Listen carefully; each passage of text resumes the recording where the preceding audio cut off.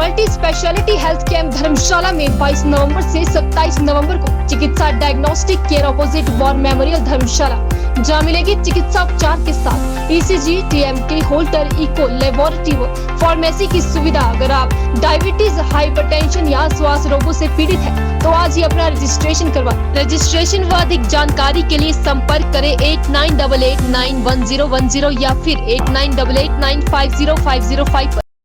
Corona महामारी के मुश्किल दौर में कोविड केयर सेंटर में आउटसोर्सिंग स्टाफ के तौर पर अपनी सेवाएं देने वाली स्टाफ नर्सों को आउटसोर्स कंपनियों ने अब बाहर का रास्ता दिखाने का मन बना लिया है, जिससे स्टाफ नर्सों में कंपनी के खिलाफ भारी रोष है। अपनी इसी समस्या को लेकर स्टाफ नर्सों का एक प्रतिनिधि मंडल अतिरिक्त उपायुक्त मंडी जतिन लाल से मिला और उनके माध्यम से प्रदेश सरकार को एक ज्ञापन भेजा है।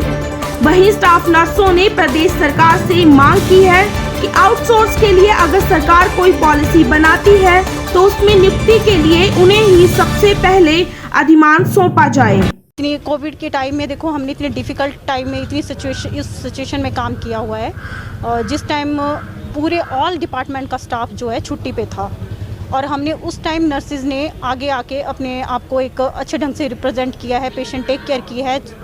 5-5 घंटे PP किट पहन करके लड़कियाँ फेंट भी हुई उस टाइम, लड़कियों को चक्कर भी आए अंदर, और तब भी उन्होंने ड्यूटीज़ को अपने कंटिन्यू रखा और अपने जो उनके साथ मतलब उनके अपने फैमिली मेम्बर से भी अलग रही लड़कियाँ।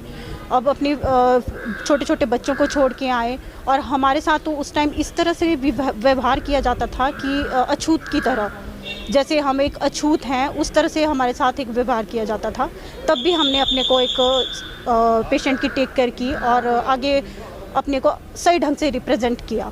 तो हमारी गवर्नमेंट से यही अपील है कि गवर्नमेंट हमें कहीं ना कहीं कंसीडर करें और हमें हॉस्पिटल में कंटिन्यू करें। मैं सरकार को ये भी मैसेज देना चाहती हूँ कि जो पॉलिसी और डिपार्टमेंट के लिए बन रही है वो हेल्थ डिपार्टमेंट के लिए भी, हमारे लिए भी बने, हम भी उसमें आने चाहिए। अगर वो हमें नहीं करेंगे, उसमें कंटिन्यू नहीं करेंगे और हमारे लिए पॉलिसी नहीं बनेगी तो उसके लिए सरकार को गंभीर भुगतान करना पड़ सकता है। स्टाफ नर्सेज भूख हड़ताल पे बैठेंगी। जो भी जिस टाइम किसी ने साथ नहीं दिया था उस टाइम हमने साथ दिया हुआ है, तो हम उसके लिए अपना हक तो हम लेके रहेंगे, चाहे वो हमें कैसे भी लेना पड़े। सरकार को हमारी बात माननी ही पड़ेगी हर हाल में। हमें इतनी महामारी कोविड में फैली हुई थी, जब कोविड फैला हुआ था तो हम सब लड़कियों को रखा गया था। 60 लड़कियां थी, बाकी अदर लड़कियां भी हैं, उनका मुझे पता नहीं कहाँ पोस्टिंग है।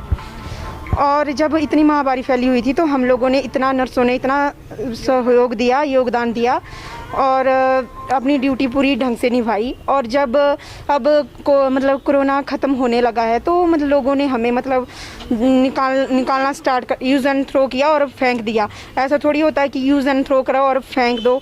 और हमने रत्ती में भी हमने मतलब ड्यूटी अपनी पूरी ढंग से की है और यहाँ पे भी हमने पेशेंट की बहुत अच्छी से केयर करी है, ठीक है। और अब अब पॉलिसी बन रही है, तो अब जब पॉलिसी बनने का टाइम आया तो कोविड स्टाफ को उन्होंने बाहर निकाल दिया। ऐसा तो फिर गलत बात है उनके लिए। वो क्या स्पेशल है क्या?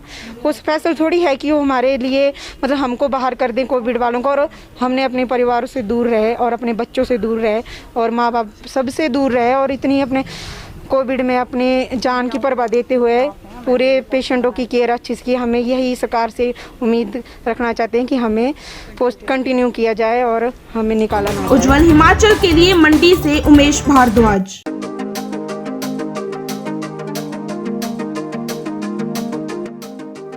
डॉक्टर KD आइज हॉस्पिटल, आपकी आंखों का हम रखेंगे ख्याल।